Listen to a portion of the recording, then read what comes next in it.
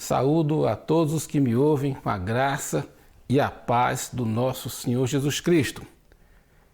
O que eu quero repartir com você que me ouve, especialmente com pastores, com líderes e mais especialmente ainda com os jovens cristãos, os jovens discípulos que venham a ouvir esta palavra, quero repartir com vocês uma palavra profética que vem queimando, ardendo no meu coração e que eu creio que diz respeito a nós, os que estamos vivos hoje, e quem sabe a uma geração que verá a volta do Senhor. Eu creio que é possível, até bastante provável, que alguns dos que me ouvirão serão parte daquela bendita geração que não conhecerá a morte, que ouvirá o som da trombeta celestial e irão ao encontro do Senhor nos ares. Mas até lá, até esse bendito momento, precisamos aprofundar e completar a obra que o Senhor Jesus Cristo iniciou quase 2000 anos atrás, e essa obra certamente está próxima de alcançar o seu resultado pleno e total.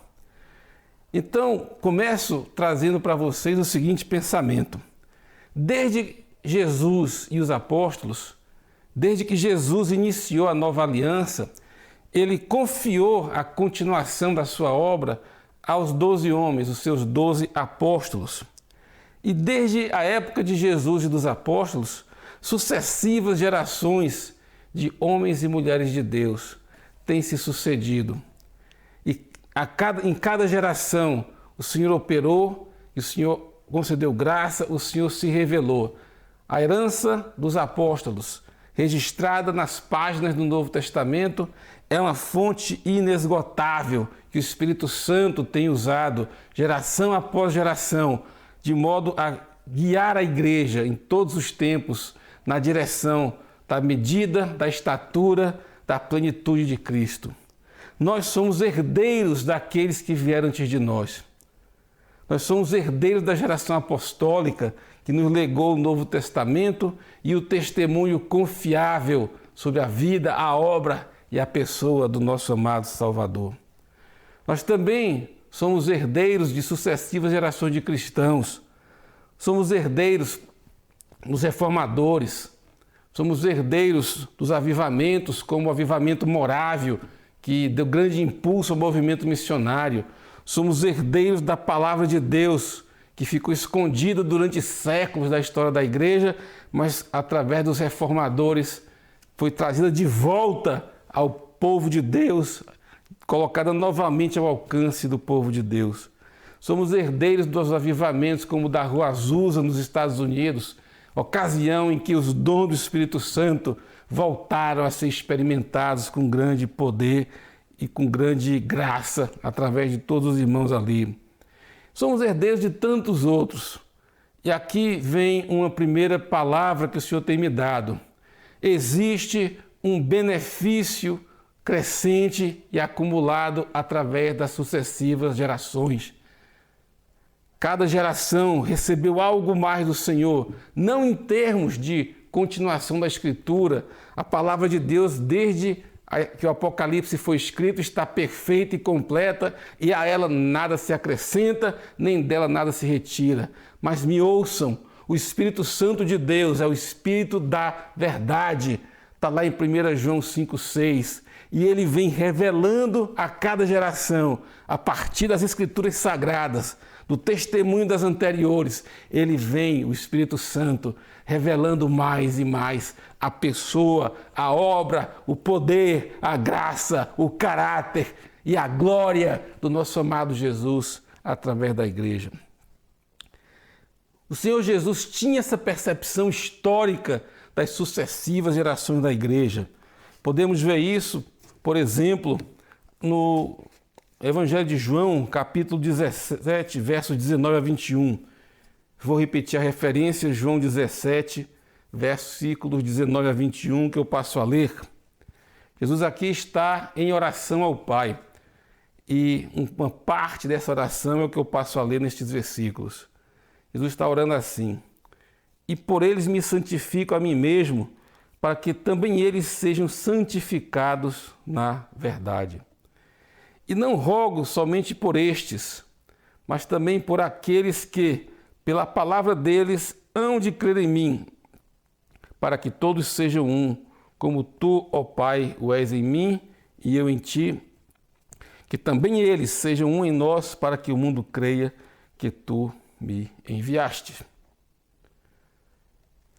Queridos irmãos e irmãs, em especial pastores e jovens, Jesus orou pela geração dos apóstolos e também pelas sucessivas gerações daqueles que haveriam de crer na pregação do Evangelho, que dali por diante seria feita a partir dos apóstolos e pelas sucessivas gerações do povo de Deus, dos cristãos na história.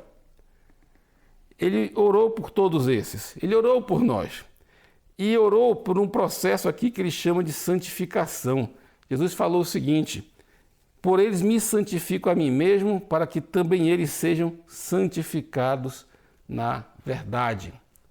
Ora, cada geração recebe graça para viver a vida de Cristo. Jesus é a verdade.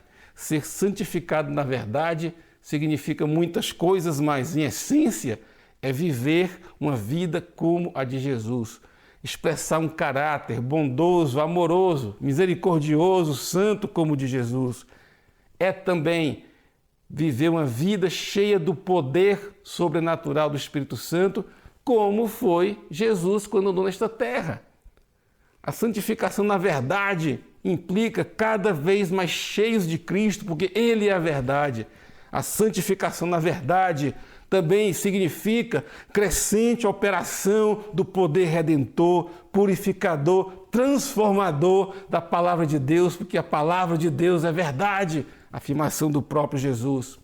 Também significa crescentes e sucessivas experiências cada vez mais fortes, geração após geração, do ministério e da operação do Espírito Santo. Como já mencionei, o Espírito Santo é a verdade. Então, o que foi iniciado por Jesus, o fundamento lançado pela geração apostólica, serve de base, de alicerce.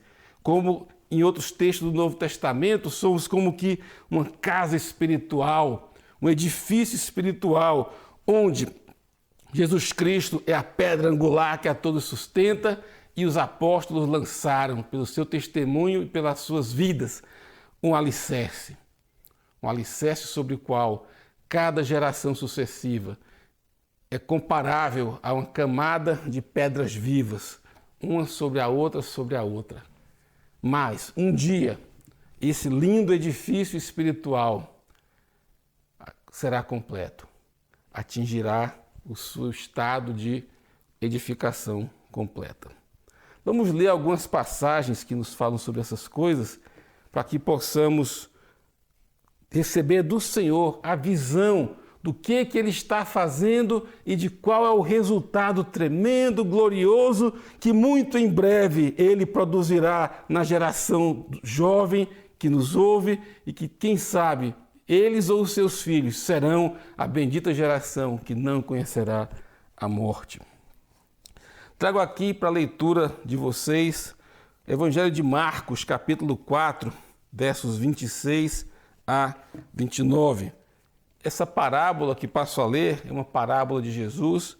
Ela está relatada apenas no Evangelho de Marcos. Então eu passo a ler essa maravilhosa parábola. Marcos 4, 26 a 29.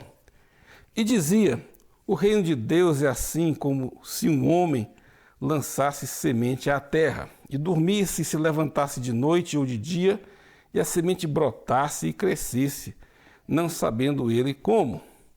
Porque a terra por si mesma frutifica, primeiro a erva, depois a espiga, por último o grão cheio na espiga. E, quando já o fruto se mostra, mete-se-lhe logo a foice, porque está chegada a ceifa. Essa parábola se refere ao reino de Deus. Não é uma parábola sobre crescimento e amadurecimento em um enfoque pessoal. Entendo eu que ela não descreve um processo de amadurecimento meu ou seu ou de cada discípulo de Jesus. Porque Jesus inicia a parábola dizendo: o reino de Deus é assim como se um homem lançasse semente à terra. Ora, a parábola descreve os estágios do crescimento. A semente brota, depois vem a erva, que é a plantinha, né? Em um dado momento a erva produz uma espiga. E finalmente o grão cheio, pleno, maduro na espiga. A última parte da parábola fala da colheita. Em outras parábolas de Jesus, como a parábola do joio, em geral, colheita significa o final dos tempos. Colheita aqui significa os frutos de Deus, perfeitos, maduros, serão recolhidos ao reino, e o que não é de Deus vai ser queimado no fogo, vai sofrer juízo, como outras parábolas assim o descrevem. Então me parece que a colheita significa final dos tempos, chegada da época do juízo de Deus. Por sinal, a época do juízo de Deus, do dia do Senhor, está muito próxima. Não é o nosso assunto aqui, mas os sinais proféticos, dia após dia, se concretizam diante dos nossos olhos. Mas o que Deus me falou muito nesses últimos meses é o estado final do reino de Deus. Aqui é o grão cheio na espiga. Vamos pensar aqui numa espiga de milho. Uma espiga de milho madura tem muitos grãos, então a quantidade de grãos completando a espiga me parece diz respeito a um número grande, ao número completo. Se você quiser ler depois em Apocalipse 6, de 9 a 11, ali há uma clara referência ao fato de que Deus vai aguardar até que se complete o número das pessoas que serão salvas. Na visão ali descrita, aliás, melhor ler, vamos ler isso aí, Apocalipse 6, 9 a 11. Passo a ler. E havendo aberto o quinto selo, vi debaixo do altar as almas dos que foram mortos por amor da palavra de Deus e por amor do testemunho que deram. E clamavam com grande voz, dizendo: até quando, ó verdadeiro e santo dominador, não julgas e vingas nosso sangue dos que habitam sobre a terra? E foram dadas a cada um compridas vestes brancas, e foi-lhes dito que repousassem ainda por um pouco de tempo, até que se completasse o número de seus conservos e seus irmãos, que haviam de ser mortos como eles foram. Aqui há uma referência clara a um número de pessoas que afinal serão salvas. Então o grão cheio na espiga significa estará completo o número dos salvos, daqueles que alcançarão a vida eterna pela obra, pela pessoa do nosso amado Redentor e Salvador, o Senhor Jesus. Também significa que o fruto está pleno, está maduro, está completo. Na Bíblia, a palavra perfeição significa primeiramente completo, pleno. Então aqui o grão cheio na espiga representa um fruto pleno, completo, não falta nada, nem em quantidade, nem em qualidade.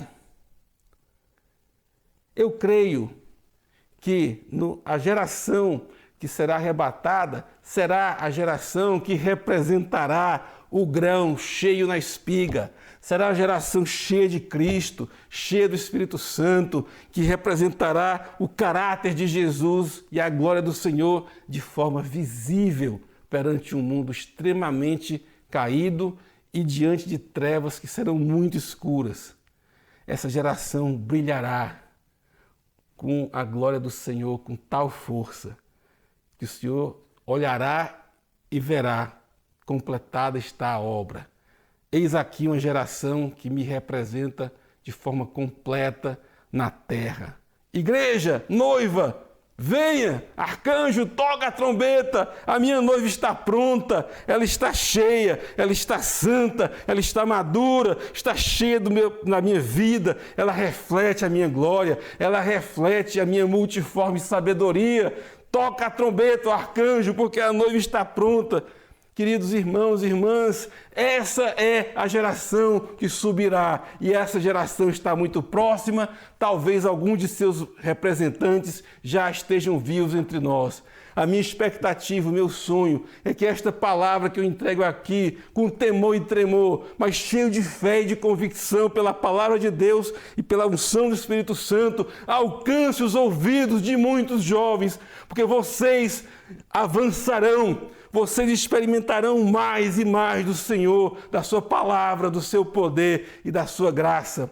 Onde abunda o pecado, e pelo amor de Deus, infelizmente o pecado está cada vez mais abundante, mas onde abunda o pecado, superabunda a graça que nos capacita, a graça que nos salva, que nos redime. Aleluia!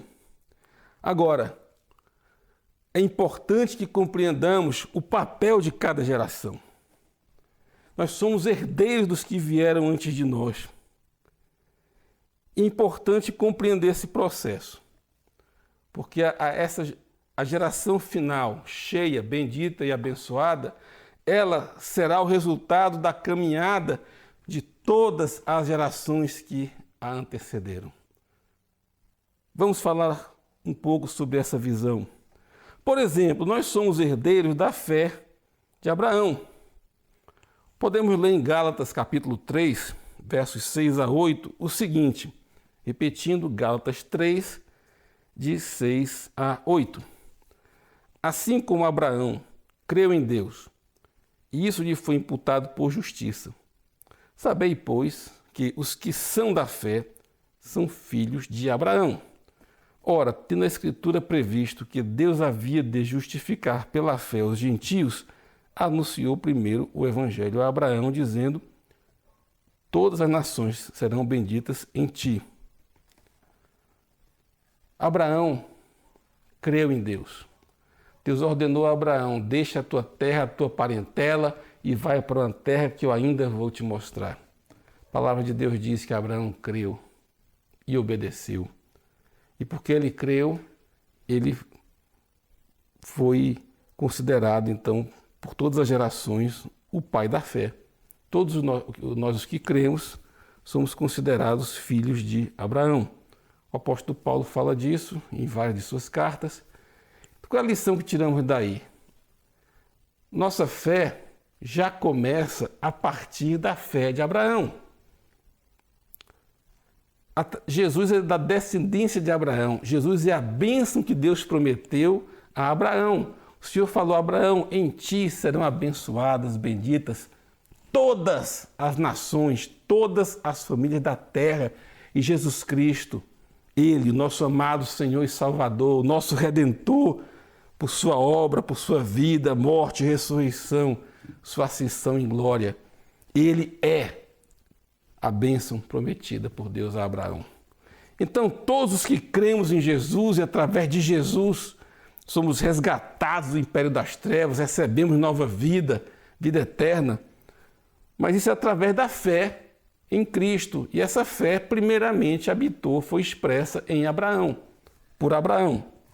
Então, nós somos herdeiros da fé de Abraão, tanto que somos chamados aqui no texto que lemos de filhos de Abraão. Claro, não filhos segundo uma descendência carnal, segundo uma descendência sanguínea, mas filhos por imitação.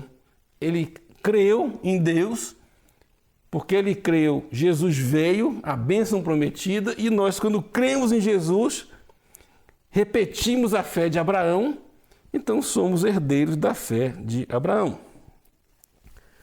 Também somos herdeiros dos apóstolos. Já mencionei isso, mas vamos ler dois textos que falam, então, desse papel da geração apostólica. O primeiro texto é Apocalipse 22, 14, um texto que descreve a Nova Jerusalém, e a Nova Jerusalém, ao mesmo tempo, representa a igreja, a noiva, como quem sabe também essa cidade celestial que descerá dos céus, também será o local de habitação da igreja redimida. Mas falando da Nova Jerusalém, que representa a igreja, ou seja, nós, diz o seguinte, Apocalipse 22, 14: E o muro da cidade tinha 12 fundamentos e neles os nomes dos 12 apóstolos do Cordeiro. 12 apóstolos do Cordeiro. Podemos ler também algo semelhante em Efésios capítulo 2, do verso 19 ao 22. Efésios 2, 19 ao 22, passo a ler. Assim que já não sois estrangeiros nem forasteiros, mas concidadãos dos santos e da família de Deus, edificados sobre o fundamento dos apóstolos e dos profetas, de que Jesus Cristo é a principal pedra de esquina, no qual todo edifício bem ajustado cresce para templo santo no Senhor, no qual também vós juntamente sois edificados para a morada de Deus em Espírito. Ora, Jesus, ele é a pedra angular que sustenta tudo e a todos. Glória a Deus. Mas ele separou 12 homens, 12 apóstolos. E esses homens, o testemunho deles e a vida deles representam então o alicerce que está sobre Jesus, constituído por Jesus, e sobre esse alicerce, esses 12 fundamentos, a igreja é edificada geração após geração, até que se complete o número dos que serão salvos, como lemos em Apocalipse. Então, hoje, queridos irmãos e irmãs, não podemos edificar sobre outro fundamento. Ao mesmo tempo que somos herdeiros do testemunho, herdeiros da obra dos apóstolos do Novo Testamento, também estamos vinculados a eles. Não podemos nada acrescentar ao Novo Testamento, ao fundamento apostólico da igreja, também não podemos nada retirar. Eu compreendo que Paulo é o 12º apóstolo, o que foi diretamente escolhido por Jesus para ocupar o lugar deixado por Judas. Pelo menos é assim que eu compreendo, porque a igreja, o muro, a muralha que cerca Nova Jerusalém, ela está erguida sobre o fundamento de 12 apóstolos do Cordeiro, ou seja, apóstolos constituídos diretamente pelo Cordeiro de Deus, que é o nosso amado Senhor Jesus. Então, queridos irmãos, queridas irmãs, especialmente pastores e mais especialmente jovens, o processo de edificação da igreja vai chegar ao seu final. A obra realizada, iniciada por Jesus e pelos apóstolos, com o poder do Espírito Santo, com o testemunho das Escrituras Sagradas, essa obra tem sido feita geração após geração e ela atingirá o seu momento máximo na última geração, a geração do arrebatamento. Então é importante que entendamos isso. Primeiro, cada geração, queridos jovens, me ouçam, vocês precisam ter humildade para receber ensino, testemunho e graça daqueles que vieram antes de vocês. Uma tentação que pode atingir muitos jovens ao perceberem que o mundo em que vocês vivem é muito diferente do mundo em que seus pais viveram. Ainda estão vivos, mas já têm na sua formação uma história muito diferente da de vocês em termos de várias coisas, de circunstâncias, de tecnologia e tantas outras características. Queridos jovens, rapazes e moças, recebam da graça, do testemunho, do ensino, não só dos pais que estão com vocês e dos pastores que agora acompanham vocês, mas também busquem nas fontes históricas a graça e a revelação e o que o Senhor produziu de bom em gerações anteriores. Vocês são herdeiros dos avivamentos, como já mencionei, do avivamento morável, tremendo avivamento missionário. Vocês são herdeiros da reforma protestante, porque vocês hoje são a geração que mais tem acesso direto à palavra de Deus, como hoje temos acesso ao texto, seja eletronicamente, seja livros, seja chave bíblica. Vocês são a geração mais abençoada, com mais amplo e completo, imediato e rápido acesso à palavra de Deus.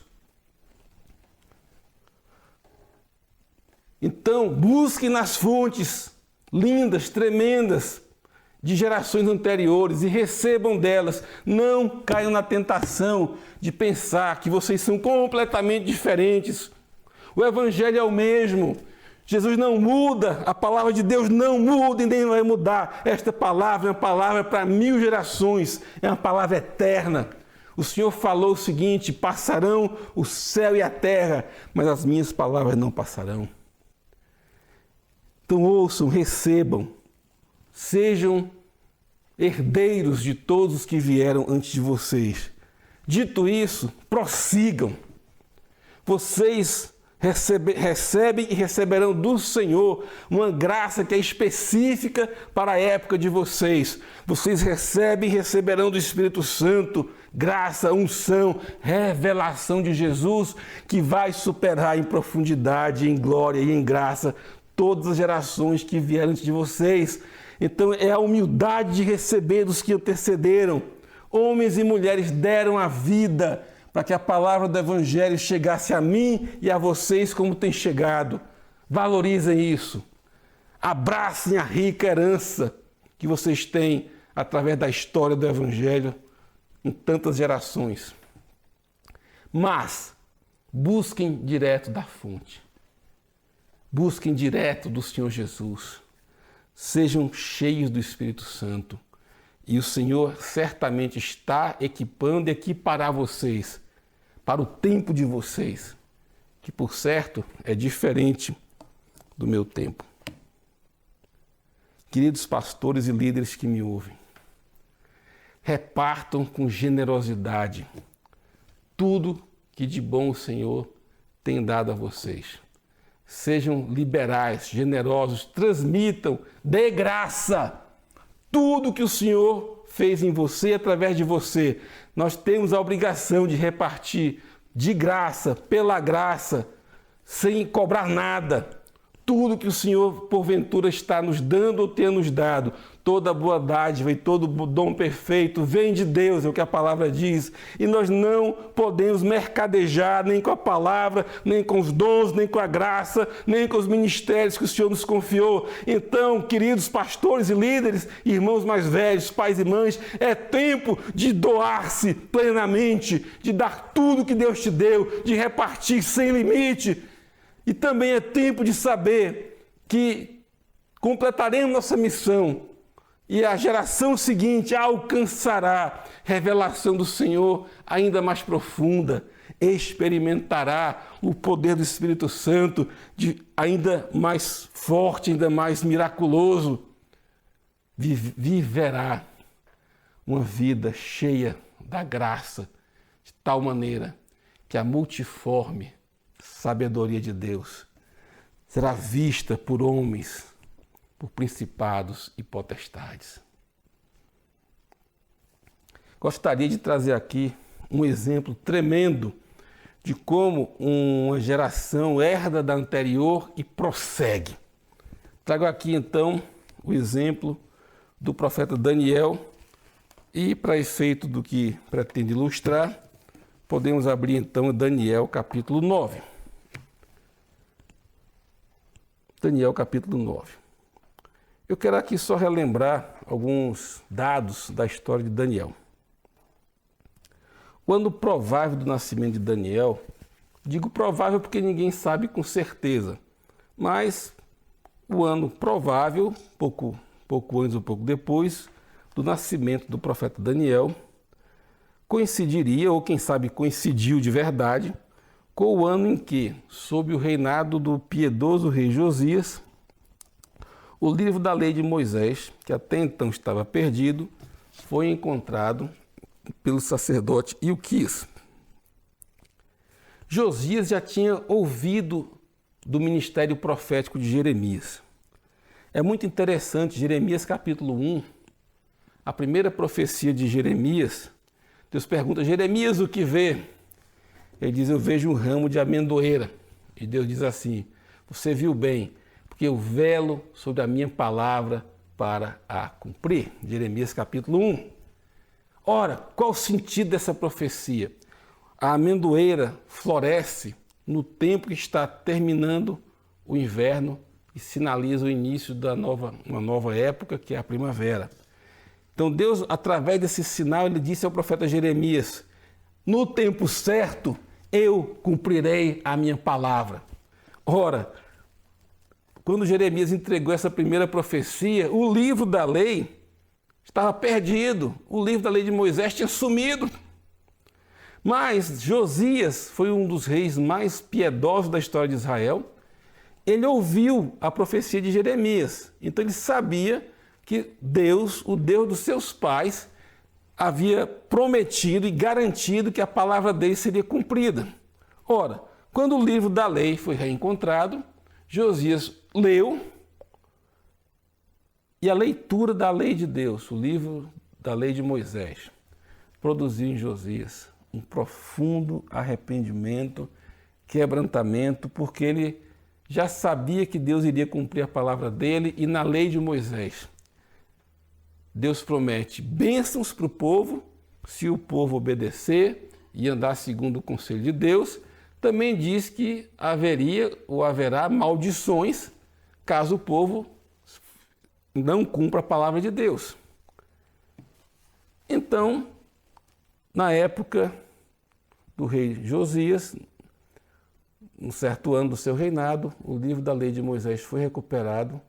E quando ele ouviu aquelas palavras, quem sabe em especial do Deuteronômio, que apontam para bênção e maldição, ele se quebrantou e se converteu e levou o povo de Deus a um reavivamento espiritual, sim, tremendo. Palavra de Deus, o rei leu a palavra de Deus para todo o povo. O rei leu a palavra de Deus para todo o povo. A palavra de Deus chegou ao povo, já vinha chegando pela profecia de Jeremias, e agora a lei de Moisés chega a todo o coração do povo. Na época de Josias, é a última referência da Bíblia sobre a Arca da Aliança. O templo de Deus, que até antes de Josias estava sendo contaminado com toda sorte de abominações, ele manda purificar o templo e a Arca de Deus, a Arca da Aliança, é levada de volta ao templo. Ora, queridos irmãos e irmãs, a Arca da Aliança representa a presença de Deus no meio do seu povo e é a última referência bíblica à Arca da Aliança. Daniel provavelmente nasceu no ano em que começou essa leitura da lei de Deus e ele certamente, por ser de família nobre, Daniel e os jovens que foram levados para a Babilônia eram de famílias de elite. Então eles cresceram ouvindo as histórias do rei Josias, se é que não o conheceram. Não é descartado que Daniel tenha conhecido o rei Josias. Daniel, talvez um menino de 10 anos ou por aí, mas é possível que Daniel tenha conhecido pessoalmente o rei Josias. E Daniel também ouviu o ministério de Jeremias. Onde eu quero chegar com tudo isso? Daniel e seus irmãos, seus amigos, perdão. Quem sabe até poderíamos dizer irmãos de fé, não é? Daniel e seus 3 amigos, Ananias, Misael e Azarias, ao serem levados para a Babilônia, cativos, eles levaram no coração uma tremenda bagagem, uma tremenda herança espiritual. Levavam no coração a fé de um rei piedoso. Levavam no coração a importância da obediência à palavra de Deus, em especial à lei de Deus. E estavam impactados pelo ministério profético de Jeremias. Vejamos as evidências disso aqui no capítulo 9, versos 1 a 3. Aqui Daniel tem cerca de 87, 85, 87 anos. E vamos ler. Daniel 9, de 1 a 3. No ano primeiro de Dario, filho de Assuero, da linhagem dos Medos, o qual foi constituído rei sobre o reino dos caldeus, no primeiro ano de seu reinado, eu, Daniel, entendi pelos livros que o número de anos de que falara o Senhor ao profeta Jeremias, em que haviam de cumprir-se as desolações de Jerusalém, era de 70 anos. E dirigi o meu rosto ao Senhor Deus para buscar com oração e súplica e com jejum e saco e cinza. Olha, encontramos aqui um ancião com 85 anos, pouco mais talvez, Daniel, debruçado sobre o livro do profeta Jeremias. E ele compreendeu pela profecia de Jeremias que estava próximo de se cumprir o tempo do cativeiro de Israel na Babilônia. Provavelmente faltavam coisa como 3 ou 4 anos para que os 70 anos de cativeiro profetizados por Jeremias chegasse ao fim e iniciasse então o retorno do povo de Deus a Jerusalém. Do verso 4 em diante, Daniel registra aqui uma longa, linda e piedosa oração, cheia de referências aos profetas e à lei de Moisés. Por exemplo, no versículo 11, Daniel está como que confessando o pecado, não dele pessoalmente, mas da nação a qual ele pertencia, buscando a misericórdia e o favor de Deus. O verso 11 diz o seguinte: sim, todo Israel transgrediu a tua lei, desviando-se para não obedecer a tua voz. Por isso, a maldição e o juramento que estão escritos na lei de Moisés, servo de Deus, se derramaram sobre nós, porque pecamos contra ele. Se você ler o verso 13, igualmente, como está escrito na lei de Moisés, todo este mal nos sobreveio. Apesar disso, não suplicamos a face do Senhor nosso Deus para nos convertermos das nossas iniquidades e para nos aplicarmos à tua verdade. Queridos irmãos e irmãs, queridos jovens, Daniel e seus companheiros, Ananias, Misael e Azarias, eles não surgiram do nada. Eles eram herdeiros da lei de Moisés. Eles eram herdeiros da piedade do rei Josias. Eles eram herdeiros da profecia de Jeremias. E tudo isso fez diferença na vida deles, e por causa da rica herança que eles tinham recebido e a qual se apegaram, eles viveram na Babilônia sem se contaminar com Babilônia. Isso aí que já é tremendo, mas preste atenção, no final da oração de Daniel neste capítulo, nós vemos a continuidade. Até aqui encontramos ele, já ancião, cheio da fé, de fortalecimento espiritual, em razão, claro, do seu caminho com o Senhor, mas também de toda a herança que receberam daqueles que o antecederam. E agora, a partir do verso 20, nós lemos como que uma geração recebeu das anteriores, mas prossegue até o fim. Olha que coisa maravilhosa a partir do verso 20, Daniel 9:20.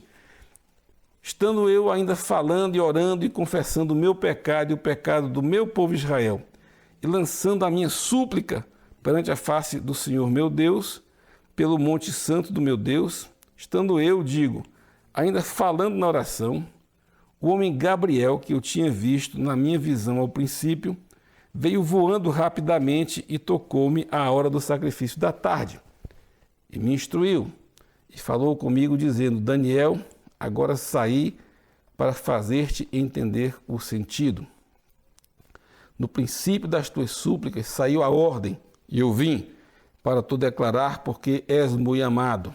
Considera, pois, a palavra e entende a visão. 70 semanas estão determinadas sobre o teu povo, sobre a tua santa cidade, para cessar a transgressão, para dar fim aos pecados e para expiar a iniquidade, e trazer a justiça eterna, e selar a visão e a profecia, e ir para ungir o Santíssimo. Sabe e entende. Desde a saída da ordem, para restaurar e para edificar a Jerusalém, até o Messias, o príncipe, haverá 7 semanas e 62 semanas. as ruas e os muros se reedificarão, mas em tempos angustiosos. E depois das 62 semanas será cortado o Messias, mas não para si mesmo.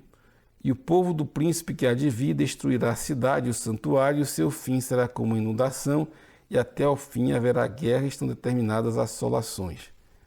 E ele firmará aliança com muitos por uma semana. Na metade da semana fará cessar o sacrifício e a oblação, e sobre a asa das abominações virá o assolador. Isso até a consumação, e o que está determinado será derramado sobre o assolador. É claro que eu não vou explicar em detalhes agora essa tremenda profecia, mas o que aconteceu?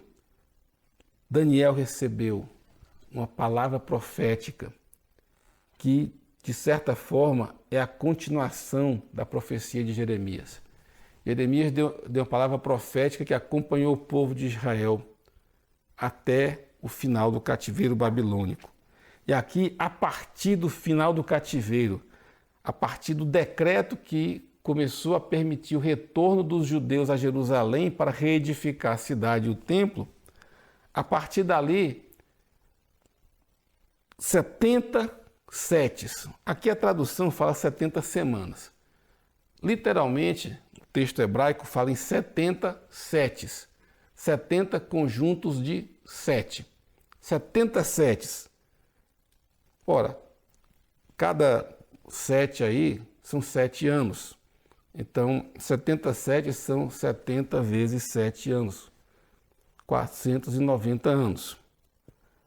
E o último sete, a última semana, o último conjunto de 7 profetizado por Daniel, entendemos que ainda não ocorreu.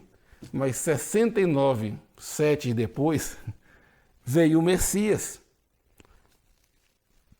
O Messias foi dado, está aqui no verso 25, sabe e entende, desde a saída da ordem para restaurar Jerusalém, o templo e o muro, e para edificar a Jerusalém até o Messias, o príncipe, até Jesus, haverá 7 semanas e 62 semanas. Então aqui, queridos irmãos e irmãs, vejam como a Daniel foi dado o prosseguimento do ministério profético. A visão profética de Jeremias conduzia o povo até o retorno a Jerusalém, a restauração do povo e a reedificação da cidade. Mas a Daniel, que foi fiel, que se abraçou a tudo que ele tinha herdado de Jeremias, de Josias, de Moisés e de outros, agora esse Daniel é revelado a profecia que levava até Cristo e que possivelmente, segundo a compreensão que muitos têm, e eu também, a última semana profetizada por Daniel provavelmente ocorrerá adiante e descrita com alguns detalhes no livro do Apocalipse. Então, queridos jovens, sejam como Daniel. Queridas jovens, sejam como Daniel. Se abracem à riquíssima, tremenda herança que todas as gerações dos santos do Antigo Testamento, dos santos do Novo Testamento, dos santos na história da igreja, todas essas gerações estão legando a vocês uma riquíssima herança na palavra de Deus e principalmente na revelação e obra do Espírito Santo através da Escritura. Também é bom estudar momentos bons na história da igreja, são fontes boas, mas tudo isso para quê? Para que Deus prepare vocês para a obra de vocês no seu tempo, para que vocês alcancem e impactem a geração de vocês com essa mesma palavra, com essa mesma verdade, com esse mesmo Senhor Jesus. Aleluia! Mas de forma maior, mais tremenda, mais profunda, mais completa que todas as gerações anteriores.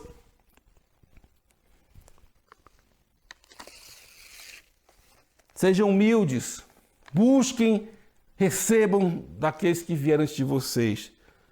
A minha geração, já estou com 58 anos de idade, nossa missão é repartir de graça, livremente, abundantemente, generosamente, tudo o que temos recebido do Senhor.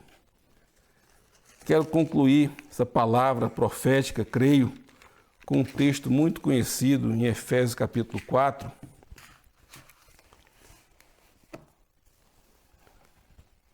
Vou ler do 1 ao 14, ainda que o que mais me interessa está nos primeiros versos e no verso 13. Mas é importante a leitura aqui da palavra de Deus. Efésios 4, de 1 a 14. Passo a ler. Rogo-vos, pois, eu, preso do Senhor, que andeis como é digno da vocação com que fostes chamados, com toda a humildade e mansidão, com longanimidade, suportando-vos uns aos outros em amor, procurando guardar a unidade do Espírito pelo vínculo da paz. Há um só corpo e um só Espírito, como também fostes chamados em uma só esperança da vossa vocação. Um só Senhor, uma só fé, um só batismo, um só Deus e Pai de todos, o qual é sobre todos e por todos e em todos vós. Mas a graça foi dada a cada um de nós, segundo a medida do dom de Cristo. Por isso diz, subindo ao alto, levou o cativo o cativeiro e deu dons aos homens. Ora isto, ele subiu, o que é senão que também antes tinha descido às partes mais baixas da terra.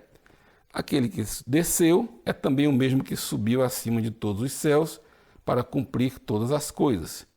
E ele mesmo deu uns para apóstolos, outros para profetas, outros para evangelistas e outros para pastores e mestres, querendo o aperfeiçoamento dos santos para a obra do ministério, para a edificação do corpo de Cristo, até que todos cheguemos à unidade da fé, ao conhecimento do Filho de Deus, a homem perfeito, à medida da estatura da plenitude de Cristo, para que não sejamos mais meninos inconstantes, levados em roda por todo o vento de doutrina, pelo engano dos homens que com astúcia enganam fraudulosamente.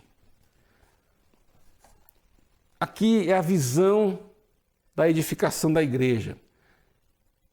O Senhor me fez compreender que a descrição aqui de Efésios 4 fala tanto do processo contínuo de edificação da igreja em todas as épocas e gerações, mas também descreve o processo histórico da edificação da igreja através das gerações.